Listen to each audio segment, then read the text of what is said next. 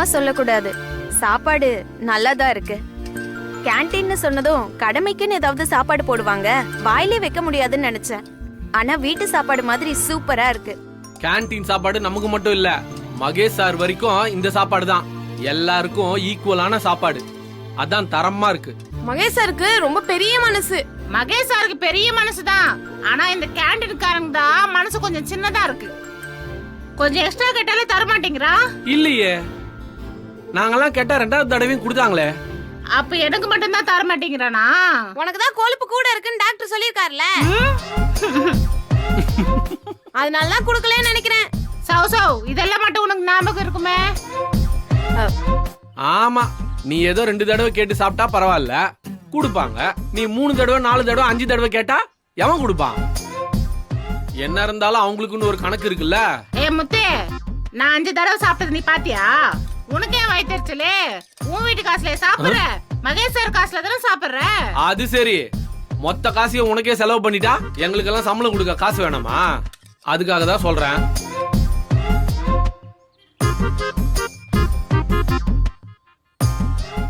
ஏய் ஆனந்தி, என்னடி சாப்பிடாம அப்படியே வச்சிருக்க? சாப்பிடு. அவ எங்க சாப்பிட போறா?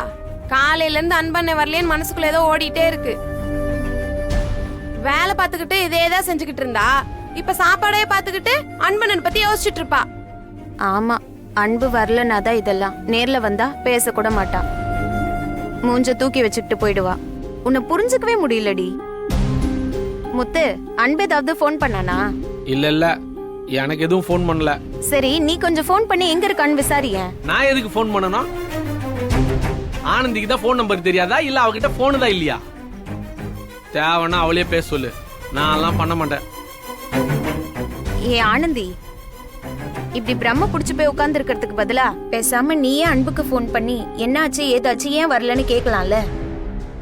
இப்படி பேசாம உள்ளுக்குள்ள நீயே ஏதாவது நினைச்சிட்டு இருக்கறதாண்டி உன் பிரச்சனையே. இப்படி உட்கார்ந்து இருந்தா எந்த பதிலும் கிடைக்காது. இங்க பாரு, நீயா போய் ஒழுங்கா போன் பண்ணி பேசு, அவ்வளவுதான் சொல்லுவேன். ஏய், சாப்பிட்டு போய் பேசுடி. இல்லக்கா, எனக்கு பசிக்கல. மனசு ஒரு மாதிரியா இருக்குதுக்கா. அன்புக்கு என்ன ஆச்சுன்னு தெரியாம எனக்கு சோறு தண்ணி ஏதோ இறங்காது. ஏய், இவளை வச்சுக்கிட்டு என்னதான் பண்றதுன்னே புரியலையே. கோவப்படுறதா பரிதாபப்படுறதான்னு ஒண்ணுமே புரியல. நீ எதுவும் பண்ண வேணா, சாப்பிடு. ஏன் முத்து, ஆனந்தி கிட்ட ஏன் இப்படி மூஞ்சில அடிச்ச மாதிரி பேசுற? நான் அப்படி பேசுனதுனால தான் இப்ப போன் பண்றேன்னு கிளம்பி போறா. யார்கிட்ட எப்படி பேசணுமோ அப்படிதான் பேசணும். அவகிட்ட கெஞ்சி பார்த்தாச்சு, கொஞ்சி பார்த்தாச்சு, கேட்கல. அதான் நறுக்கு நறுக்குன்னு கேள்வி கேட்டேன். இப்ப போன் பண்ண போயிட்டா பாத்தியா? இப்ப பார், அன்பு கிட்ட போய் போன் பேசுறாளா இல்லையா பார். சாப்பிடு.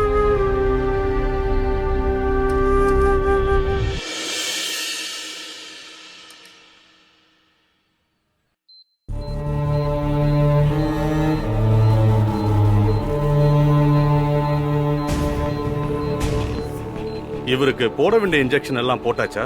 போட்டாச்சு டாக்டர். அப்புறமும் ஏன் இன்னும் கண்ணு முழிக்கல?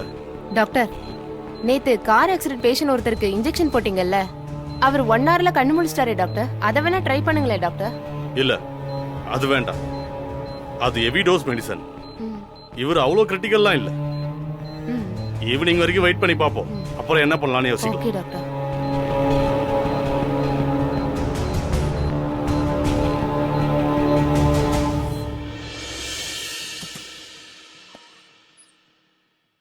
அம்மா, டாக்டர், என் புள்ள இப்ப எப்படி இருக்கான்?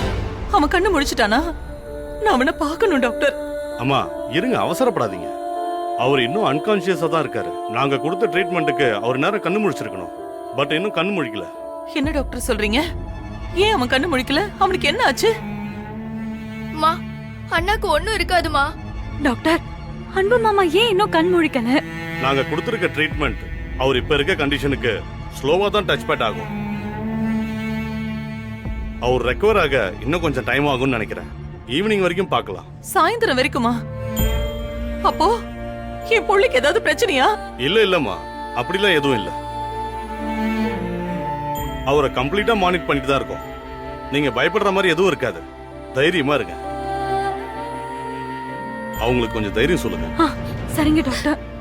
அத்தை அழாதீங்க அத்தை. அத்தை தைரியமா இருங்க அத்தை. இது பேஷண்ட்டுடைய செல்போன். ஐயோ கடவுளே, எதுக்கு என் பிள்ளையும் என் குடும்பத்தையும் இவ்வளவு சோதிக்கிற? அம்மா அம்மா அழாதம்மா. டாக்டர் தான் சொல்லிட்டாருல அண்ணாக்கு ஒண்ணும் இல்லன்னு. அப்புறம் ஏமா அழுற? உனக்கு ஏதாவது ஆயிட போதுமா? அமைதியா இருமா. இல்ல, தன்வந்திரி பூஜையில வெடிக்கும் போது என் மனசுக்கு தப்பா பட்டது.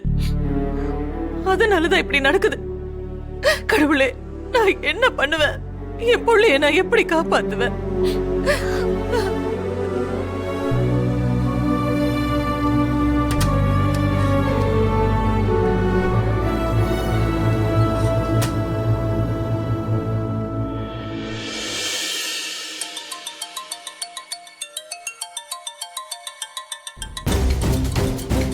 யாரடி போன்ல?